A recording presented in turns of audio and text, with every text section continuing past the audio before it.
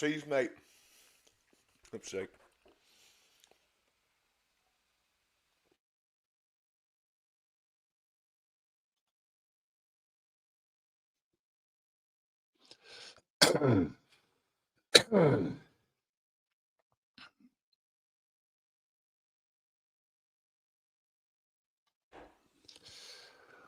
Morning, Richard. We are live, an emergency random live stream this morning. Indeed, Paul. Indeed.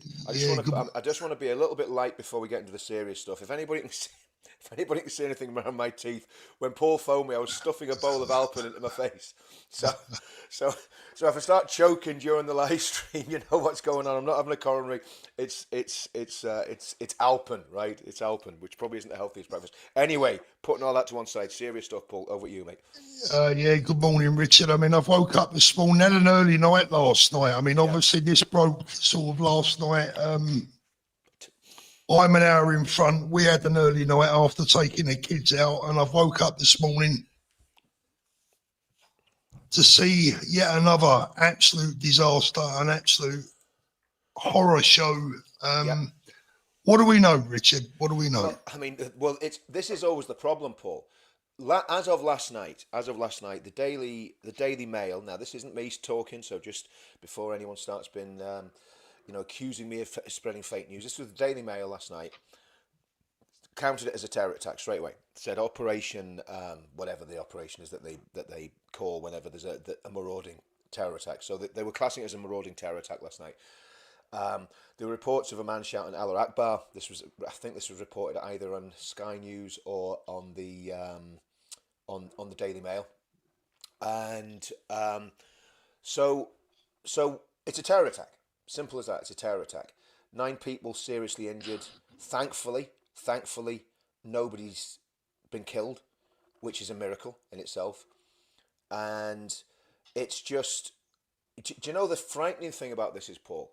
This is getting like Northern Ireland was during the Troubles. You're waking up in the morning and you're going, oh, well, didn't affect me or anyone I know.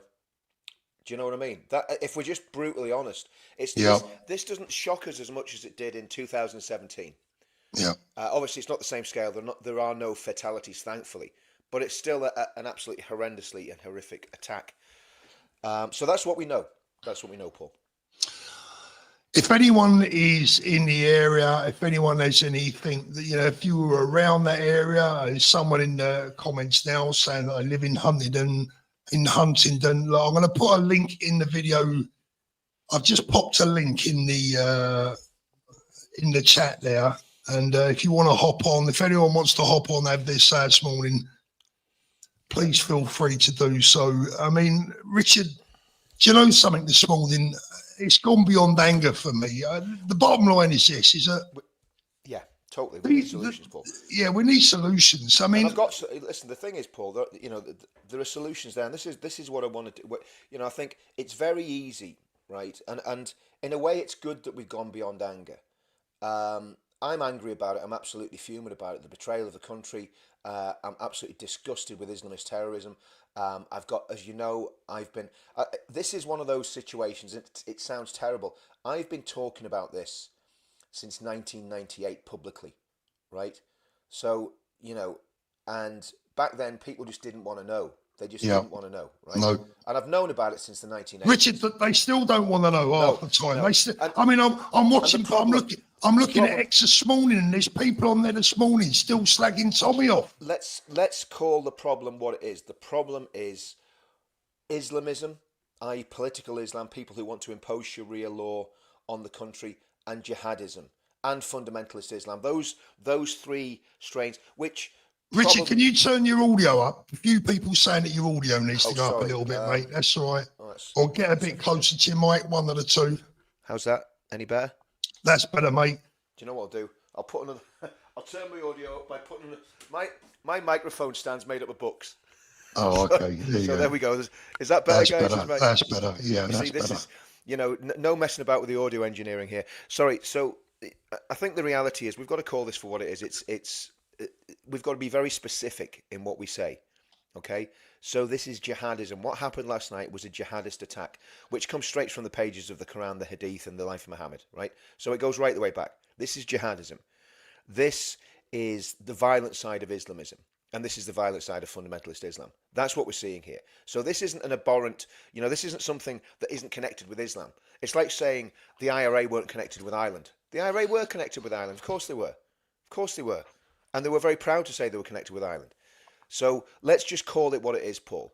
And, if I'm wrong and this is some sort of white supremacist head case doing some cosplay, then I'll apologise. But I know I'm not wrong. We know exactly what this is, right? David's got a great point there. I mean, look, the so-called king must dissolve this shit and dangerous government. I mean, look. I'm sorry, David. You don't, because it's not going to happen, right? Let's get. But Richard, if King Charles wanted to, Paul, I'm sorry, we're wasting our breath on this sort of stuff, and it's a distraction from the real issue. I'm angry more about this sort of stuff because I'm not insulting you, David, but it annoys me because it's not going to happen. What we need are real solutions. But I'm going to give you real-time solutions. Things that we can do practically now, okay? Not in 3 years' time when hopefully the Greens don't win the election or we get a Green and Labour coalition, right? My goodness. I mean, one of the things that really, really worries me more than even these evil psychopaths that are running through trains chopping people up are the 16% of people that will still vote Labour and the 17% of people that said they're going to vote for the Green Party. That's more frightening than anything. It's absolutely horrific. Because the truth is, Paul, we've got to be very, very first of all, if you're in a conflict, you've got to know your enemy. Would you agree with that? Yeah, absolutely. Yeah? Okay. So we've got to know who the enemy is. And the enemy is Islamism, fundamentalist Islam, and let's call it jihadism, the violent strain of that. That's what the enemy is. And they're all connected. It's like that video I showed the other week that a Muslim lady made, incidentally, just before someone starts saying, oh, you hate all Muslims. I don't. I don't hate anybody. But the reality is there's a massive problem in Islam with jihadism. And what's happened is our governments, plural, since the 1960s have incrementally increased the number of Muslims in our country. So just by pure mathematical logic, the more people you have from that faith, the more extremists you're going to have, the more jihadists you're going to have, the more Islamists you're going to have, the more Islamic fundamentalists you're going to have. And again, let's put the stupid caveat we all put on this. We know it's not all Muslims. Okay, I'm bored of that one, but we have to say it just because we have to say it, right? The reality is there's a massive number of people in this country right now that shouldn't be here. There's a massive number of dangerous people in this country that are capable of doing those attacks. 3,000 people, Paul, on the watch list can make bombs. 3,000. Think about that. So what we're seeing now, we're not even in the foothills of what could happen.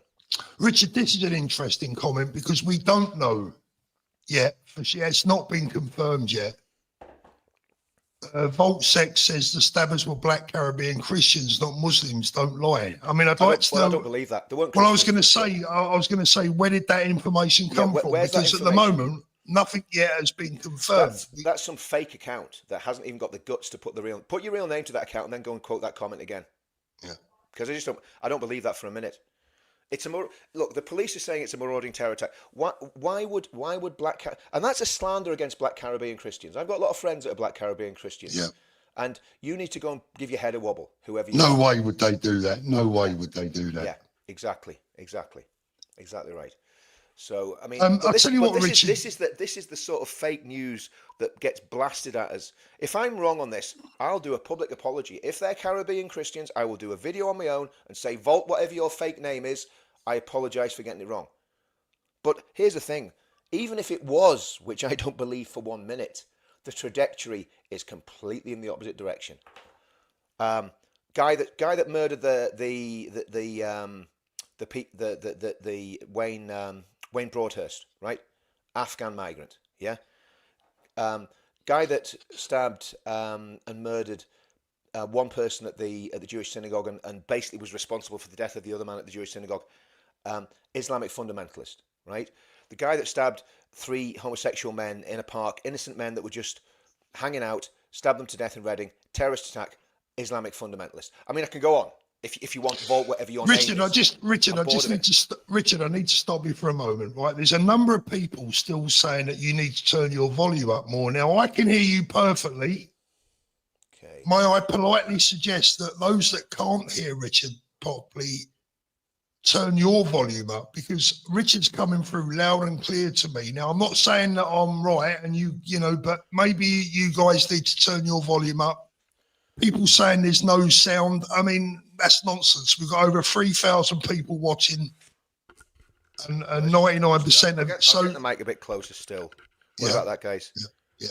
I mean, Richard, your volume's fine. Yeah. I mean, I haven't changed it. Nothing's happened with it anyway. Yeah. But turn your volume up, mate. Turn your volume up. Richard, loud and clear. Yeah. Look, here's the thing, Paul.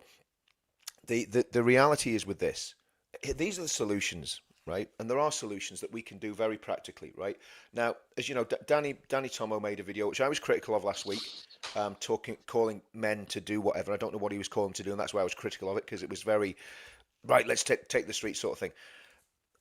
Where he is right, where Danny is right on that, right? The men of England are the answer to this. And I'm going to give some very practical suggestions. We're not going to break the law. We're not going to do anything illegal. But what I would suggest is every man that's able-bodied, under 70 years old, starts working out, starts lifting weights, starts going to a mixed martial arts club, starts doing a little bit of boxing. Steady on, Richard. That includes me. I know, mate. I know. Well, you've got Danny. Danny can train you, mate. You won't get me in the gym. We've got. But no, Paul. I'm deadly serious about it. Yeah, no, I know what you mean, mate. Yeah. You know, okay. Here's a thing, right? Say you went and did some basic self-defense classes. Now, obviously, in a normal situation, if some mugger comes up to you and pulls a blade, unless you're a flipping ninja, you just give him your wallet or your phone or whatever, because you don't want to get stabbed 20 times by some young buck that's, again, just off the boat and has no respect for people of any age, any colour, or anything other than seeing the UK as a cash cow. So we've got a few different things here. We've got the violent criminals who are criminals and they don't care. They're just horrible scumbag people, right? They're from all backgrounds, all religions, all races, right? And then you've got the jihadists, right? Now, if you're in a situation, and it was Ray Lama, was it Ray or Roy Lama, the line of Millwall? Now, Ray was not, as far as I know, trained in any martial art or anything. He was just a tough guy, right? And he took a stand, and he nearly died taking that stand, but he saved a lot of people's lives. And again, I don't know what happened on that train last night. You know, if it was Christians from the Caribbean, right? Whatever. But whatever happened on that train last night, if somebody had have really got stuck in when that attack first started, and I'm not criticising anyone that was on the thing, and really went at one of them, he may well have died, right? If you take that step, you may well die. But here's the thing, Paul, if you've got some basic training in self-defense and knife defenses, they are not going to stop you getting stabbed. You're going to get stabbed, but you're going to have a chance of saving a hell of a lot of people's lives. And you think about this, Paul. Our forefathers stormed the beaches of Normandy and died in their hundreds. So I would like to think that if you or I were on a train and there was kids and women on that train and someone jumps up with a knife, starts shouting Allah Akbar and stabbing people, that we would go and take a blade for it. There's one in the comments here. An old man covered a young girl. He took the knife wounds to his head and neck. See, that's in a bad way now. And that is exactly the sort of heroism that you need to see. But this is exactly the opposite of what the government would tell you to do from 2017. And I was very critical of this in 2017 because the doctrine was, if there's a terror attack, run, hide and tell, right? Do you remember that? Yeah. So run away. And I said, I'm an army veteran, and I'm not a hard man. I'm not a fighting man. I haven't had a fight since I was in my 20s. You know, I don't go looking for trouble. But here's the thing: if I was in that situation, I hope I wouldn't freeze. I hope I'd do what the old man did and put myself between the knife man and a woman and a child. Because if you don't, how could you live yourself after that, Paul? Yeah. You know. So this is the point, though, Paul. The point is, what we need are men who are physically strong enough and robust enough to react in the situation. And it can't just be policemen. It can't just be special forces soldiers or infantry soldiers or paras or marines or whatever. It has to be Joe Bloggs in the street that can go, do you know what? I'm not having that. This is this is England. You know, we're not going to let this happen to our women and children. So this is a very practical thing. Now, hopefully nobody listening to this video, including and me and you, Paul, will never be in a situation where we're in that situation. But wouldn't it be better if you had a few basic skills that you could at least take some immediate action if somebody with a knife, and look at what they do, they strap the knives to their hands. It'd be interesting to know if these. I'm really annoyed about that comment. You know, and in a way, I wish I hadn't even given it publicity and put it on the screen. What comment? What The one comment? about Christians, Caribbean Oh, Christians. yeah, just You know, move on from it. but Rich. anyway, Just but move on.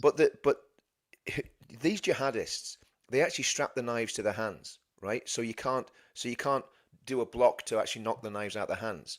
So what needs to happen is people need to have some very, very, very, very basic drills on how to defend from those sort of attacks. And to be honest with you, it doesn't matter who the attackers were last night. The fact is, they managed to stab 9 people, and you know yourself, Paul. If somebody's on a rampage, you can be stabbed before you even know you've been stabbed. Yeah, I'm going to give people some advice in a minute about how they can protect themselves on public transport, on a train. You know, we all know that in the UK. Hold on, Richard. We all know that in the UK, you can't carry anything that is, you can't carry pepper spray, etc. There's some right dirty lefties in here today. Oh, listen, they're around all the time. Don't worry about that. They're the ones that are to blame. They're the ones that are to blame. Absolutely. They are the ones that are to blame. I tell you what, whilst I hate the terrorists, whilst I hate the people that do this shit, the ones that I really detest are the liberal lefties, the communists, the bloody convenient allies of these scumbags Islamists, that are running the country. scumbags that are running the country, the politicians, the Labour government, the Tory governments that came before them that did exactly the opposite of what we asked for and what we voted for. But here's the thing. Banana Mahmood. But here's the thing, last night, Paul. Richard. Oh, one sec, mate. Let me finish. Yeah. Go on. Let me give you some advice, people. Right, if you are travelling, if you've got children, if you've got members of your family going out and about on public transport anywhere in the country right now, get out and buy yourself a small can of WD-40. Right, WD-40. And the reason I suggest WD-40 is this. It's not illegal to carry. It is a water disperser. It disperses water. If you get WD-40 in your eyes, you can't see or do anything, but your eyesight is not a permanent risk. WD-40 is the best potential self-defense spray that you can carry legally. Yep. And if anyone wants to know why you're taking it, if anyone wants to know why you're holding it, well, your bike chain's a bit rusty. Get out there and buy yourselves a can of WD-40. Do not travel on the trains, the underground, or walk around the streets of any dangerous areas without a can of WD-40. And you can even put some red tape around the can so that it looks a little bit more intimidating if you have to get it out. Yep. Just a couple of points on that one, Paul. Now, I'm not suggesting this for a minute, but when I was in the army, we used to mess about with WD-40, and if you lit up a lighter and then sprayed the WD-40 over the lighter, it turned it into a flamethrower. So I've seen people do that. Richard, I've seen people do that, but that's usually after a night out in the curry house. Exactly. We used to do it when we were just messing about in the block when we're kids in the army. But no, WD-40. The other one is fly spray. There was, when we first started doing this, Sam Solomon, who's passed away now, introduced me to an ex-CIA officer who was working with Sam. She'd basically got thrown out of the CIA for being too much on board with our way of thinking. Let's just put it that way. And well, not thrown out, but she was asked to leave. So she came over and she used to give us a lot of briefs on what was happening with Al Qaeda and all these sort of different things. And she said the best self-defense weapon you've got if you're in a country that's not allowed to carry firearms is fly spray. Now, fly spray, obviously, they're quite big cans, but again, fly spray will just incapacitate you. A lot of sprays. If you spray something in someone's eyes, it absolutely, totally disables them straight away. Or if you stick something in somebody's eyes. There's another one, Paul. I'm going to show. I'm going to show this on screen. Can you see that, Paul? Now that is a pen. Okay, it's a completely legal pen, but it's made out of cast iron. And if you're in a situation where somebody's attacking you with a knife, and you've got that pen, and you've got the quick thinking, you can be quick thinking enough to get the pen out and retaliate. Again, it's self-defense. You can use it as a baton as well. You can use both ends of it, and it's just a pen. And I use it for my writing all the time, and it's not illegal. You can get them on Amazon for, I think they're about 15 quid. It's a very good pen actually as well. So a big strong metal pen. You stab someone with a metal pen, you're gonna take them out. And we're talking about self-defense here. We're not talking about anything silly. But there's loads of things you can do. Other things I would think, if you have some sort of bag on you that's very robust and has some potential to shield people from it. If you think about the bottom of a hold all, they're quite strong. So again, anything that you can use to stop that knife hitting you or hitting your loved ones or hitting anybody around you is what it's all about. And it's having the foresight and the thoughtfulness to actually do what needs to be done, which again, why I think self-defense training is a good idea, because then you're drilled and it hopefully comes instinctively. When people talk about people doing heroic things in wars, a lot of it, what happens is the training just kicks in and they do exactly what they've drilled and they've trained for years. And it looks very heroic, and it is heroic, but they're doing what they should do because that's what they've been trained to do. So the more you can train, the better. Can I give you an example, Paul? Yeah, fire away. I'm just looking at the comments. Okay, so during the Troubles, there was a UDR soldier, and the IRA tried to murder him twice. He was a part-time soldier, and he worked as a plumber for the housing executive. And both times they tried to attack him, he actually returned fire, and I think he injured two IRA men on two different occasions. And they were coming really mob-handed with heavy weaponry, and he just had like a 2.2, a Walter pistol, 2.2 pistol, right? Which, as you know, Paul, there's not much stopping power in a Walter. Do you know what I mean? But when you're literally, as a lot of these attacks are, within feet of each other, probably within about 10 feet of each other, it doesn't really matter if you've got a heavy caliber, rifle, and someone's got a Walter. The rounds are still going down, down the range both ways. And because he drilled properly, and because he'd thought about what would happen if he was in an attack, he was able to get himself out of that situation on both occasions. I think he got shot on both occasions. In fact, he did. He got shot on both occasions, survived, and returned fire. And that was because he stayed cool in the crisis, because he was trained. So these are the practical things, Paul, because what happens is people tend to despair, right? When this happens, people get angry, and then they go, because guys, here's the thing. This scumbag government ain't going to protect you. No. They haven't the means to protect you. People have got to be able to protect themselves, Paul. This is the thing. And that's the thing is, Richard, I get what you're saying about the pen and all that. And if you're a young, able-bodied, fit man, that's all fine. But over the years, being involved in 3 situations where self-defense to me saved my life, I would strongly, personally, my own personal recommendation is WD-40. And I tell you why, because it has a long reach, it's a water dispersant. And if you take the can up, if you get the can and put red tape around it, it looks very intimidating, and that will make people stand back. And if you spray towards an attacker, that will make them stand back. Get yourselves a small can of WD-40. Don't leave home without it. And do you know what? I agree, Paul. Before, never recommend people carry things like that, but the time has come. This is just now incredible. I want to go back to what you were saying about the king for a moment, Richard. What I was going to say was this, is that, let's be honest, right? The king is coming towards the end of his life. Everyone knows that. It's not a secret. He's in the final stretch, right?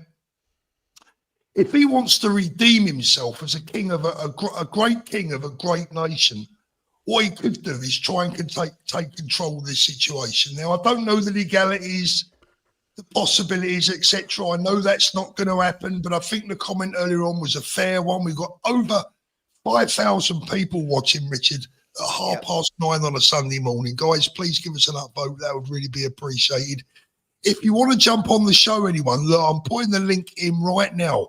Hop on. If you want to come on the show, come and join me and Richard. You can come on audio only, ask me and Richard a question, take part. That is what this show is going to be all about in future. It's about you guys taking part. Richard, I believe the king could redeem himself. Yeah, from the I last get that. Paul. degree. I get that, Paul. But do you know the problem is? It's his job, Richard. I know. He's defender of the faith. It's also the government's job to protect us. But the king, Well, we can forget them. Paul, you've got to understand, the king is one of them. I get that, Richard. I'm He's not saying gonna if do he it. wanted to, He's not gonna. wanted to. It's, what we need to do, Paul. The WD-40 is probably the best advice that's been given so far today, because the reality is they aren't coming to help us, Paul.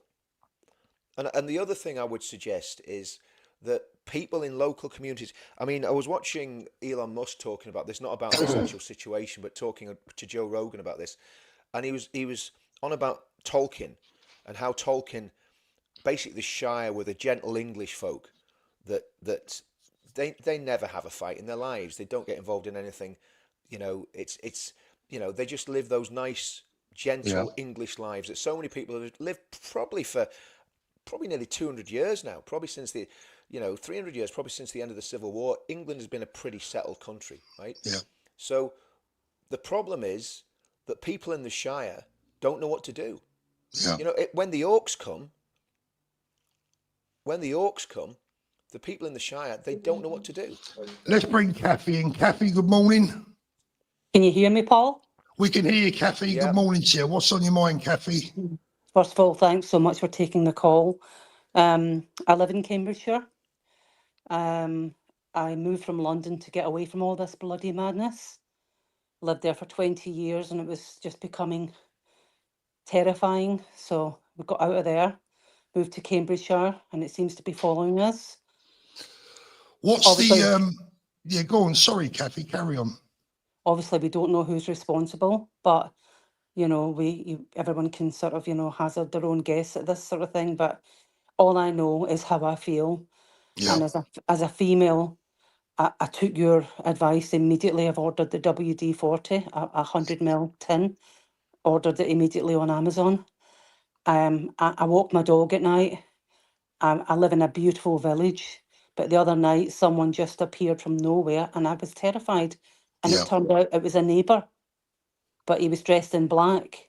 Yeah. And I'm now finding myself getting very jumpy, can't sleep at night. This is horrendous. This country needs to be sorted. How we do it, please, guys, we need it sorted. We need this government out. They're doing nothing to save us. I mean, Totally agree, Kathy. Richard, listen to this Totally agree. lovely woman. She shouldn't have to live her goddamn life like this. No, but Paul, this is the whole point, and this is why what we've got to realise is the problem we've got is, this government is going to be here for the next 3 years. No matter what, as much as we hate it, they've got a massive majority. All they'll do is move the pieces on the chessboard. They'll change the prime minister, and they will. I think he's going to be gone by Christmas. But the reality is, we need to be organising for what we do next, and this is where we need to be very practical and very, very calm. And what I would suggest, Kathy, is that you start trying to even build community in your area and talk to people, local people, and say, guys, can we have like a walking group, or just get people together that are like-minded and start talking about how we can solve the thing politically, how you can and this sounds terrible, but even how you can defend your area from a marauding attack. Richard, can I intervene? Sorry. Of course, yeah. I live in a village where people would rather hug a refugee. Okay, that's all I'm going to say. Okay. I know, Kathy. And whenever I voice my opinion, even in the mildest tone on our local WhatsApp chat group, I literally get shot down and they don't call me the awful words, but I know that I can read between the lines. So I stay silent. But I live amongst people who would rather open our borders wide open. Trust me, guys, people are totally blind. It's now on our doorstep, but they will still feel the same way as they did yesterday. They will never change their minds, because it means changing political shirts, and they won't Yeah. do that. Yeah. James, I can see. It's what Gad Saz calls suicidal empathy. Yeah. Yes, You know, they're they've got a insane, massive Kathy. dose. And, Yes, and that's I'm very blessed because the town I live in, there's a, if in some ways it's kind of trying to keep people calm some of the times, you know what I mean? But so I'm blessed. We have a community that's very resilient, and if it came to my town, believe you me, the people that came to my town would be very sorry they came, But it's like I was saying to Paul earlier, Kathy. It's this idea of the Shire. It's Tolkien's idea of the Shire, the gentlefolk. But the problem is the yes, gentlefolk are stupid and they don't get it. Let me exactly. bring James in for a second. James, good morning, mate. I can see you put a mask on there. You don't want to be seen. How you Yeah, doing? you don't want to be seen. Was Yeah, that What's on- it's James? just Was that a Paul Thorpe mask? That looked awful like Paul. That mask. yeah. James, won't- what's I on your won't- I mind? won't- Bit too pale for Well, Paul. basically, I left Britain 3 weeks ago, and people are already commenting how much better I look because I had a threat from somebody that as soon as I was not in camera range, that I was going to get stabbed up. This is just out of control, and it is now an embarrassment to be British overseas. Now, for obvious reasons, which I would share with the two of you privately, I'm not disclosing where I am. But where I am, they are asking questions. Is Britain safe? Yeah. And the answer is it's not. And I was asked by someone in their 20s, is Britain safe to visit? And I paused. And we both know what that means. But, it's time to get real. I mean, I think, Richard, you touched on a good point there, because I always quote my mother. She said that communities died as soon as as soon as the motor car came along. But, unfortunately, as Elon Musk said, and there was a lot about his speech that was missed. Yeah, it will come to you. Today, it's come to them because I've traveled that train before. Yeah, we have lawlessness that we need to tackle, and a strong prime minister would appeal to President Donald Trump to get National Guard and troops on the streets to sort out the mess this country is becoming from all angles. And I feel like a coward. I mean, I don't always agree with the two of you. You know who I am. I don't always agree with the two of you, but today is not the day for that. The fact is, we need law and order, and we need to sort out some of the rubbish that is going on our streets. I'm sorry. I'm just like, I had to laugh when I was going through a barrier. And he asked me, why did you just laugh? I said, well, in London, you just walk through the barrier and you don't pay your fare. That is going on up to nearly 10% of travel. Yeah. People are carrying knives. Deliveroo are delivering more than just pizza. We all know this. Now, I have relatively more free speech. I think, Paul, you're in Spain, aren't you? Or are you back now? No, I'm in Spain. I have more free speech where I am now, than I do in my own country. Of course. And, I will not talk ill of the country I'm in. It's just a joke. Well, that No, means, mate, totally agree with you, James, you could be in Russia. You'd have more free speech. You would. Russia will arrest less absolutely. people for social media. Yeah, yeah, and the police should be ashamed of themselves. Really. Well, I mean, the thing. Go on, carry on, James. I mean, the thing is that you talk about self-defense when you have a situation where, like in America, you don't pee around. Yeah, where I am now, you don't pee around. You can just tell, just walking the streets, that you are safe as long as you don't go and doing anything stupid. But for reasons which people have told me quite clearly, law and order has broken down, and it starts with the caller you've just had. If you go into Middle England, I mean, I was in Marlow for a bit. I was in Maidenhead for a bit, and these people, it is like it's trying to reach the woke mindset, and the woke mindset is very, very dangerous, Richard. It's very, very dangerous. And the thing is, unfortunately, and today is not the day for it, is that people feed into that virus. It's like a mind virus. We just don't want to hear anything about the fact that some countries have got extremely bad cultures there. And we need to start saying it as it is, because they are literally coming in through our airports. They are coming in illegally, and these people are showing that they don't share our values. And it is like, we need to, the first thing that any government needs to do, President Trump has done, is to have law and order. And it just finally is that if citizens do. James, I'm just losing your mic there a little bit, mate. Let me just bring Kathy back in for a moment. Kathy, you still there? Still here, Paul. Yeah, Kathy, I mean, what you said really earlier on really bothers me. And you know, I agree with everything that James is saying there, but how do we deal with these people that you're talking about that still refuse to open their goddamn eyes? I mean, these people, they are the enemy within. The enemy within isn't even foreigners most of the time. It's our own goddamn people. I said it the other day on the video, Britain has betrayed itself. Absolutely. Paul, We have betrayed ourselves. what I do in answer to your question, can you hear me? Yeah, I can hear you, yeah. Basically, I take every opportunity I can to try and help people understand what's truly going on in this country. I take risks by telling, I open the conversation gently just to see that it's safe to do so before I get reported to the police. But I Yeah. don't say anything that's illegal. I'm only speaking truths, as we all do on this channel. But I have found that I've got some people to come over to my way and our way of thinking, about reality and what's truly happening. But the worst thing is suicidal empathy. And as a female, I can tell you, it is a female thing. This is a female. If we could convince more women about what's truly happening to our country, then we would win this battle. We need brave men. That's a given. But this is a female suicidal empathy disease, because women are designed biologically to be the carers, the loving people, the givers, and all they want to do is feed you and love you and clothe you and keep you warm and safe. Yeah. And we have that in an abundance that's out of control now.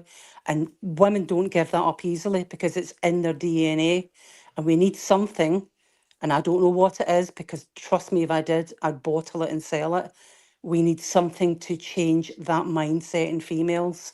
And that's not running down my own gender, because clearly, I love being a woman and I love women and I love mankind in general. But I want women to understand that we need to wake up to the dangers. And before I go, I just want to thank you, gentlemen, for everything you do. You give me such comfort listening to you, because as there's not many places I can actually go to feel safe, and your channel makes me feel safe, both of you. Kathy, So Kathy. Paul and Richard, thank you. I think what I want to say is, Kathy, I'm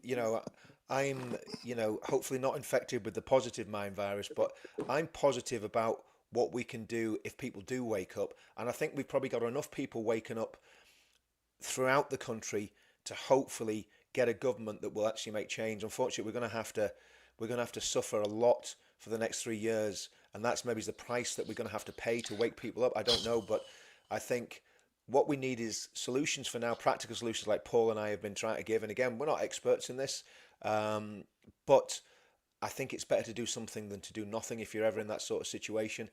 And I also think the government are not going to help us now until we get a new government in, and we need to make sure we get the right government in. I think it's advanced. Again, I don't want to go down the political road today because it's not really the time for that. But and again, Kathy, just hopefully, I'll be praying that somebody comes along in your village that is more of an Aragorn or a Strider than a Grimly Wormtongue out of Tolkien. So if you know the books I'm talking about, you know the characters I'm talking about. Yes, exactly. So that's what you need, and there will be someone there.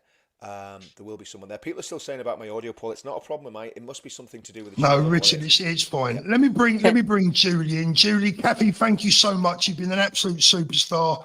I'm glad that we bring you some comfort I just wish there was more we could do for you, Kathy. I really do. It breaks me heart to hear you say what you've been saying, you know. Don't give up hope, Kathy, because I mean, you know, we're not going to stop doing this until Yeah. we either drop them to the ground or we get locked up. You know, simple Yeah. as that. We're Thank here you, for you, guys. Kathy. Thank you. God bless you. Stay safe. Thank Julie, good morning, hun. How are you? I'm all right. The only reason I'm hiding my face is because I haven't had a shower yet. It's not. No, I don't that's want to no show my problem, face. no No, I problem. I show thought you only had one eye there for a minute, Julie. that's the evil eye. What's on your mind, Julie? Well, what I was going to say is I'm a little bit worried. Just About getting a what- bit of, one sec, Julie. I'm just getting a bit of feedback from someone there. Someone's got their computer turned up. Yeah, just turn your volumes down. Whoever's got volume on the Yeah. computer. Carry on, Julie. like, don't get me wrong. I love Danny, but I was watching him this morning, and I am getting a little bit worried. The more this goes on, the more people are going to lose control. So I'd just like to say to people, older people, I asked my grandchildren and my daughters to carry deep heat around with them in their bag. Now, they won't do that, and I think they won't do it because they're worried that if they do spray it, the police will use it against them. So just a little bit of friendly advice for grandparents. I tell my I pray it never happens, but tell my daughters, always have a full tank of petrol in your car so you can get to pick up the kids and that. And I suggest like people start thinking now of where people would meet up, like families would meet up, where they're going to go if they've got family, not in big towns and cities, because I think I'm behind Ben, but even if they do start deporting, there are certain people in this country that are going to kick off. So you know, and they go, oh, well, we just Google it. Even if we had a cyber attack, you can't Google things. So, you know, just have a little bit of food and know the weak points in your house, just basic general things to, you know, I'm not trying to scare people. I'm trying to Julie, I think it's a really be good point. I practical. think Be it's a really good point. practical. You know, just try and be practical. Where is a meeting point? Have a full tank. You know, go to somebody's family member's house that maybe is in a smaller village. If you need to get out of the town, where are the weak points in your house? Who are your neighbours? Who are they?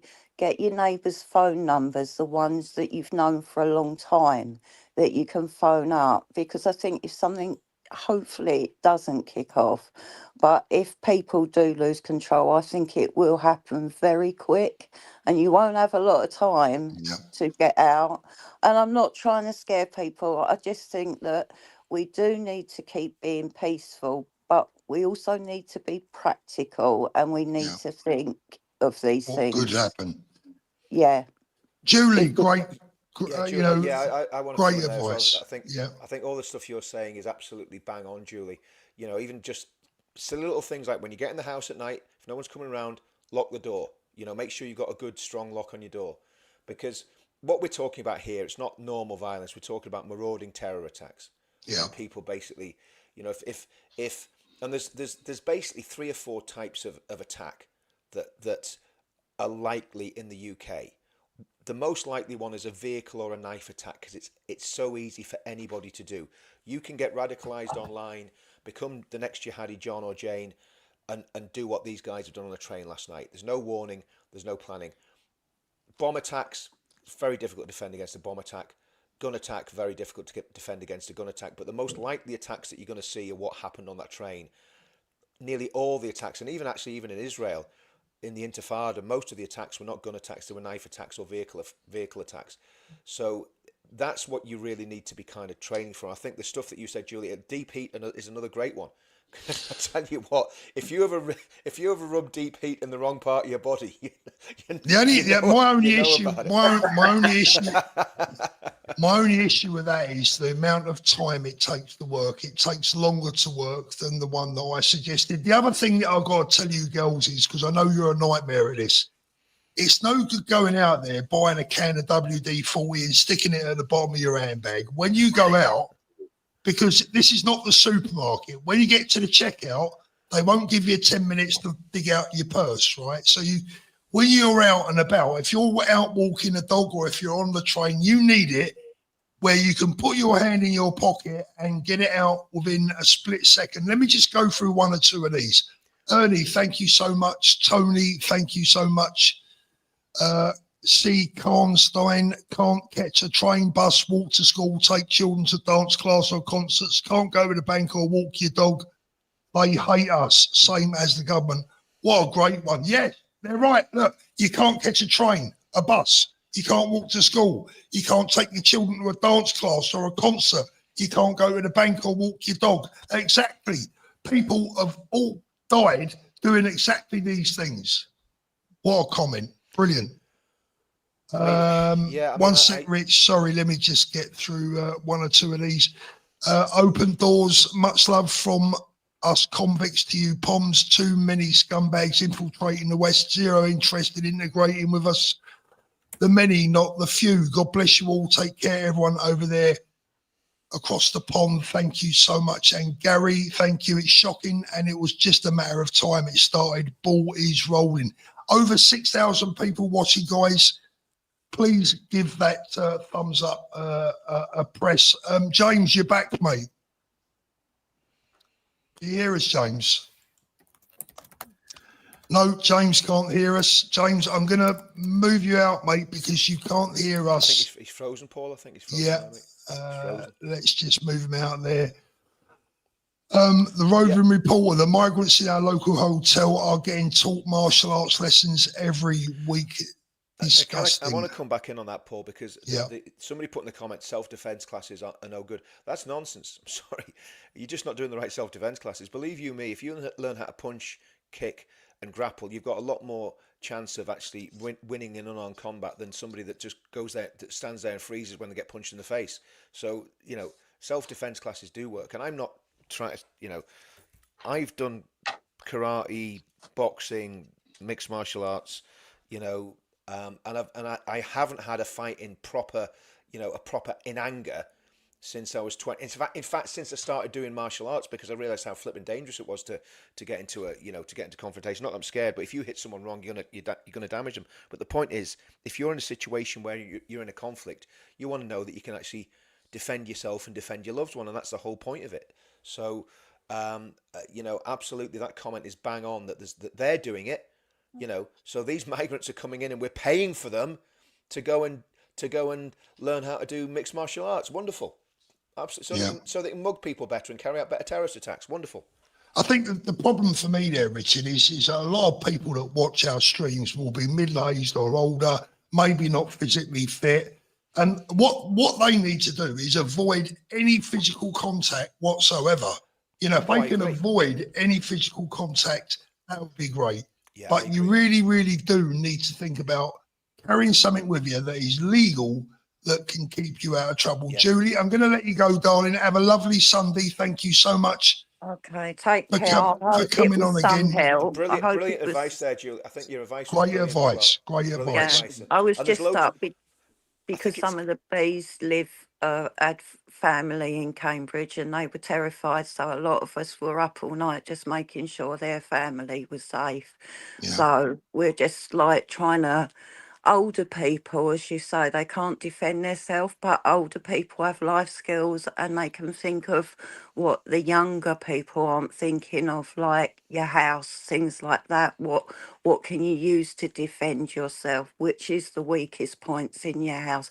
How do you meet up? All these things are important. Hopefully, I pray to God this never happens, but the more these attacks go on, the more people are human beings, and eventually it doesn't matter how much we don't want it. Eventually, it doesn't take a lot to get things kicked off, and that's why I'm a little bit, if someone could speak to Danny, I know his heart's in the right place, but I watched his video this morning and I think he's on a knife's edge.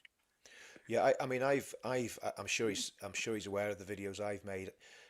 I've criticise what he said. I understand, and it's not a criticism of Danny. I've just criticised what he said because I understand where his heart's at, and his heart's in the right place. He wants to protect his wife, his kids, and his country, which is absolutely right. But my point is, let's just get some practical. What the practical stuff that we've been talking about this morning is far more important than saying let's all get the men out onto the streets. What do you do when you get the men out on the streets? What do they do? Where do they go? What do they do? You're better building a resilient community, and that's what we're doing in Northern Ireland. We're building little pockets of resilience, and we're not breaking the law. We're not doing anything violent, but we're building little networks that if we end up in a situation like this, that we'll be able to practically, help our local community in very practical ways. Because the reality is, it's even once an attack's happened, it's basically reassuring the community, get people just walk, men walking the streets, not vigilantes, just walking the streets, just watching and seeing what's going on. Though we've been doing that sort of stuff over here, and again, it takes a lot of effort and organisation. It's a lot easier to just do a video saying everybody, all the men have got to come together. We know that, but it's a question of what that looks like and how you do it legally and how you do it to actually, because the main thing is we want to keep civil society running. If you end up in a situation of tit for tat attacks, which I think what you took, and again, Julie, I haven't heard Danny's thing this morning, and Danny's never said this, so I'm not putting words in Danny's mouth, but a lot of people in the comments come on anonymously and say, oh yeah, we want civil war. Well, good luck on that one, because I have a little taste of it from Northern Ireland. It was nowhere near a civil war, but it was very unpleasant. And I tell you what, it'd be a lot worse in England. Be a hell of a lot worse in England because it's so widespread. I'll tell you what I will say though. I feel I'm worried for Danny because I think he's a good lad. His heart's in the right place, Totally. and he's desperate. And I'm not going to criticise Danny because it's people like Danny that stormed the beaches and saved our bloody country from the Nazis. So, I get where Danny's coming from. I really do. And do you know what? If I was younger, I'd probably be saying the same thing. I don't know, Richard. It's a really difficult No, I'm not attacking. Like I say, Paul, I'm not attacking him. No, I know you're not. I know you're not. What I'm saying is, once you start calling men to come together onto the streets, my question is, okay, what do you do with them? And then what? Right? Yeah. What we need to do is, and we don't need to do it publicly, privately, you need to be building groups of resilience in different areas because the government's not coming to help. So every area needs to have their own men, the proper men that are, like you say, lads like Danny, because Danny can handle himself. Danny's not a soft lad. Danny's a good lad, right? So I'm not attacking him. All I'm saying is the idea of calling men out on the streets, unless you've got a plan, it's not a good idea without a plan. That's all I'm saying. If he's got a plan, great, and maybe it's me nudging this way would get him to put a plan together because he's got influence. Don't get me wrong. This morning he made it very clear on his video because he was up a lot of the night. He was saying, "I'm not calling for anything that will get anyone arrested." I think it's working what you're saying. He's got ideas in the background. I think he is thinking of like groups to go around and that. But he's such a kind man and he means well and and he's turned to religion and that. I think that maybe we all need to sort of keep an eye on him for it affects you. I'm not saying he's got his mental health's going, he's not, but he's very thing and he's trying to do things. Julie, like the rest of us, he's feeling desperate. I mean, I watched the video this morning and I thought, Danny, I know exactly how you feel, brother. I'm awake all night. As soon as I woke up at 3:30 this morning and I saw the news and I couldn't get back to sleep either. So I know exactly how he feels, and I just hope he takes care and that God looks after him. Julie, I'm going to let you go, darling. Okay, I'm going to thank you so much. I really appreciate you coming on. James, we'll give you one last chance or one last go. Can we hear you? No, James, we still can't hear you, mate, unfortunately. So I'm going to let you go. And again, I want to come back on this thing. Like I say, it's when I'm talking about the things Danny said, I'm not attacking him at all. No, right? I know that, Richard. I know that. And I want to make that very clear because he's a mate of mine, right? I mean, but if you're putting something out publicly, there should be a public response. My point is this. It's a very simple point. And if he's doing it in the background, great. If people are getting in touch with him and they're building stuff, that's great. You've got to make sure what you're doing is legal, because what we don't want to do is fill a whole lot of prison cells, and we've already seen it.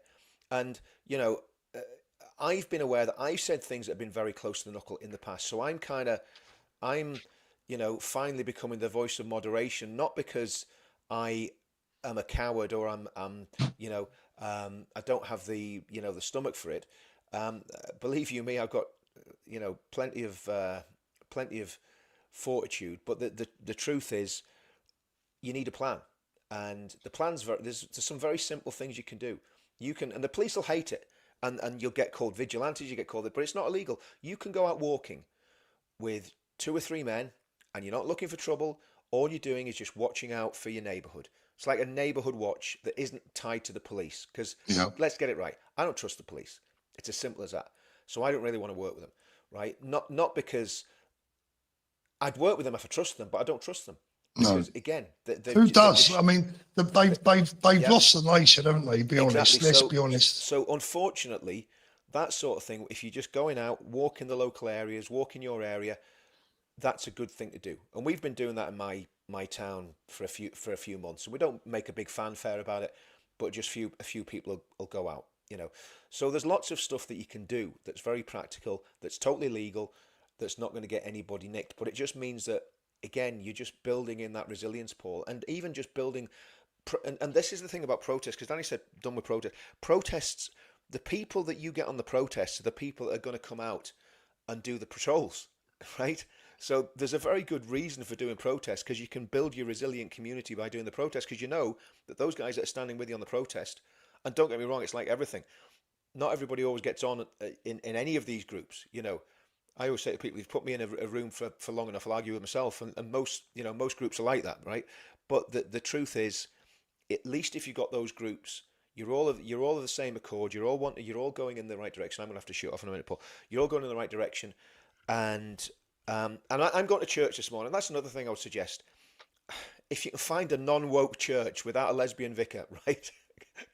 then get yourself to a decent church, and because this battle we're in is a spiritual battle as well as a political battle and an intellectual battle and a physical battle. It's all of those things, and again, we need to be winning the arguments, Paul. The fact that I'm going to say it, right, and I'm going to get in so much trouble for saying this, but silly little gushing women that want to go and hug a jihadi when he gets off the boat, they are a massive problem in our country. And Jane's right when she said that. It was Jane, wasn't it? Was it Jane? No, Kathy, wasn't it? Kathy? Yeah. Kathy. No, Kathy. yeah. Kathy. When Kathy said that, she was absolutely right. That these liberal women, because that's the stats back up that women are far more likely to be liberal, open borders nutcases than men, right? So, yeah. What's wrong with Bez? Well, it gives one or two of them the chance to find a partner, I guess. The real John Doe, thank you. We were right to leave the UK under Starmer. My kids, SC123, we're on our own, and people need to acknowledge that, unfortunately. Sadly, I think you're right, mate. We are on our own, really. Mick's a new member, thank you. So is JR Kendall. Yeah. Bess was at the demo up in Newton Abbey yesterday. We did a demo, so it was a little bit out of my normal patch, and it was great. We had about 100 people, and this hotel, this migrant hotel, is like they've deliberately put it in a place where nobody would normally go do a demo. It's out of town. It's on a big main road. We had 100 people, bacon butties, pork sausages outside the migrant hotel, loads of really good rousing speeches. And if it wasn't for Bess, I wouldn't have had a poppy, because I went up there, shame on me, without a poppy. So she gave me a poppy out of a hat, and that meant I had a poppy when I made my speech. So thanks for that, Bess, and it was great seeing you again. She does her and Claire there do the modding on, and Farty Pants do the modding on my channel. So great lady. Anyway. Mark Bowman, Neville, are there over 50 baldies to blame again? Yeah, I was thinking about that prick this morning. Mick, one sec, Rich. Mick Phillips, Paul, legal sprays available from Amazon. Yeah, they are. The trouble is with them, all they are is dyes. They don't actually really deter people. There's no physical deterrent There's no bite. Thank you very much, mate. Thank you very much for that. Go on, Richard. What was you going to say? Forgotten now. It'll come back to me. See, that's why you can't interrupt me. That's the only reason I interrupt, Paul, because if something comes in my head, it's got to get out there straight away, or I forget what I was going to say. So Yeah, I'll try and remember it. Thanks, Mick. I appreciate that. You know, as I say, you know, the only trouble is, as what Richard said, there's no bite to them. That's the problem. So yeah, thank you so much for that. Where are we? Still got 5,000 people watching, Richard. Unbelievable. We're going to wind it up now. Ty, Steve, keep the faith, people. We will win this battle against the Islamic invaders. Rise up and join together. Do it with love, not hate, and we will win. I hope you're right, mate. Remembered what it was. Go on, what was it? Right. Here's the thing. It was what the guy was saying about the white baldies, right? That's where I want to comment on that. Me and my missus watch box sets, you know, because, you know, it's just once you start watching something, you watch it right the way through. And there's this ITV one, right? And it's about this bomb disposal unit in London, right? And there hasn't been, I think there's 3 seasons now. There hasn't been one where the protagonists were jihadists, where the people that were actually blowing people up were jihadists. They've all been white army veterans, as far as I can see, right? Or that's been the vibe. So, it's, spoiler alert, if you're going to watch it, it's the white guy what done it, okay? It's the white middle-aged guy that did it. He's embittered because the world's, you know, hit him so many bad turns, and he's that, you know, that has happened once in the UK in the last 10 years, and it was that guy that ran into the crowd outside the mosque, didn't actually kill anyone. The guy, as far as I know, died of a heart attack, that actually died in the attack, and he's locked up for 45 years. He's never going to see the light of day again, right? But no, every time you see these dramas, and this is why you have this suicidal empathy, because these numbnuts that don't actually read anything, they don't watch anything. And listen, I'm going to tell you something. If you're on the chat, right, I'm going to alienate people now, Paul, because don't worry about them. You won't want them on your chat anyway.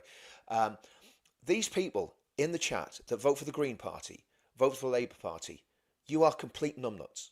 There's something wrong with your head. You need to go and see a psychiatrist. You need to go and sit in a dark room, or you need to go and start reading some books. How can anyone vote for Zach Polanski, right?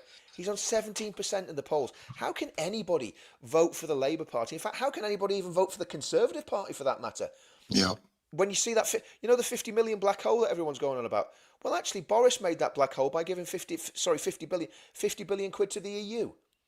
And why did he do that? Because Keir Starmer and all those scumbags on the green benches that didn't want Brexit put Boris in a position where he had to rush any deal through just to get it across the line, right? That's why we got a bad deal. So the Labour Party can't turn around and say, oh, well, that was Boris's deal. No, that was a deal that all you lefties in the Labour Party and in the Conservative Party, all you Euro-communists, you didn't want us to leave, so you wanted him to do a really crappy deal.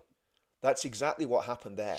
And that Zach Polanski is a wolf in sheep's clothing. He's a very, very dangerous man. He's not sheep's clothing, mate. I mean, if he's a sheep, he's a very ugly sheep. Yeah. Spurs Fit do what they do, boycott all their businesses, kebab shops, chicken shops, world food supermarkets, 24-hour shops don't support their economic growth. I agree with that 100%. The trouble with that is that the Brits are people of convenience, aren't they? That's the trouble. That's it, and that would be intolerant and racist, Paul. So people won't do it because they don't want to be bad people. Well, listen, I tell you what we've got to do, Paul, and we've got to do it politically, and we've got to do it legally, but we've got to make it very, very uncomfortable for extremists to live in our country. Simple as that. They've got to go, we don't want to stay here because these people are horrible. So, you know, I will not be buying. I love Indian food. I love kebabs. I don't buy them anymore. Genuinely don't. Wolfie Conservative 911. Hi, Paul. From what I understand, it's 2 people who had Islamic views before attacking. They yelled Allah Akbar. They went after anyone they could. Well, you know, as I said, that's what we're hearing, but it hasn't been confirmed yet. Whether it will even be confirmed, we don't know. Netch McGluck, can you post a StreamYard link again, por favor? We're actually bringing the show now to a close. Spurs Fit again. Need a spray that has at least 6 foot range. What does? Well, the best one, as I said, for me, I've already mentioned. Sue, thank you very much. Really appreciate that. Richard, we've had a massive audience this afternoon, or this morning, I should Yeah, say. yeah. Still only 10 o'clock at home. Yeah. Guys, honestly, I don't know what to say. I mean, another disaster. Where's it going to end?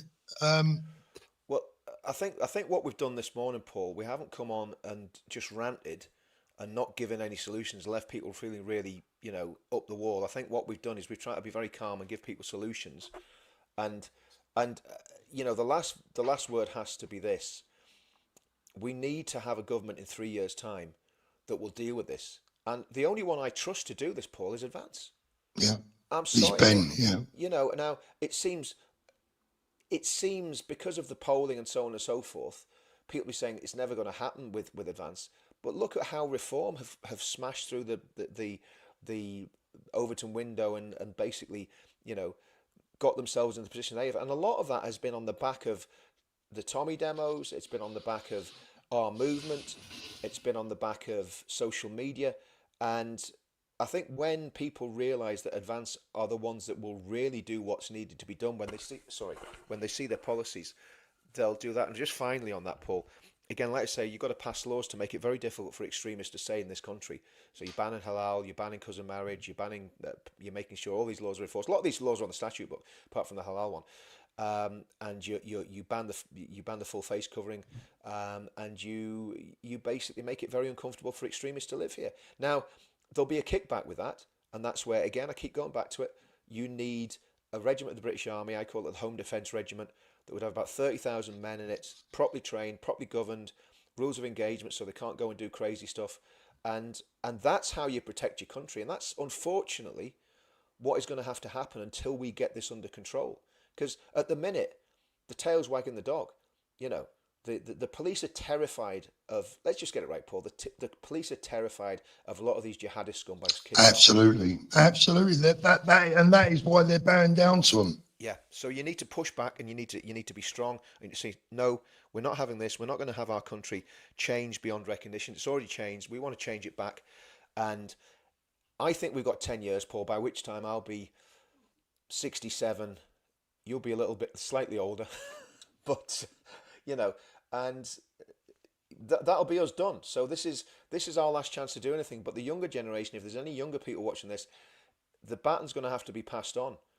And I can put my hand on my heart and say I've been warning people about this for over a decade, over 20 years. So, just get with the program, guys. Paul, is that Paul Harp, guys and ladies? Wasp nest killer sprays goes 15 foot and clean. Wow, That's what interesting. The said to me. She said use.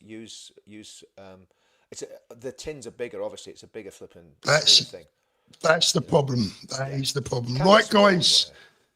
Thank you so much for joining us this morning. I really appreciate it. Sending all, obviously, I'm sick of saying stuff like this, but our best wishes and thoughts and prayers are with the victims of yet another terror incident. We've got the Christmas period coming up. God knows what we're going to face in this country. Who do you blame? Well, for me, I don't blame the migrants. I blame the bastards in charge of bringing them here in the first place. Yeah, that's my view. Right, guys, we will see you all soon. Take care. Have a lovely Sunday, and I think we'll be back soon, Richard. The way things are looking, I would think so. I would think so. All the best. See you soon. See you soon, mate.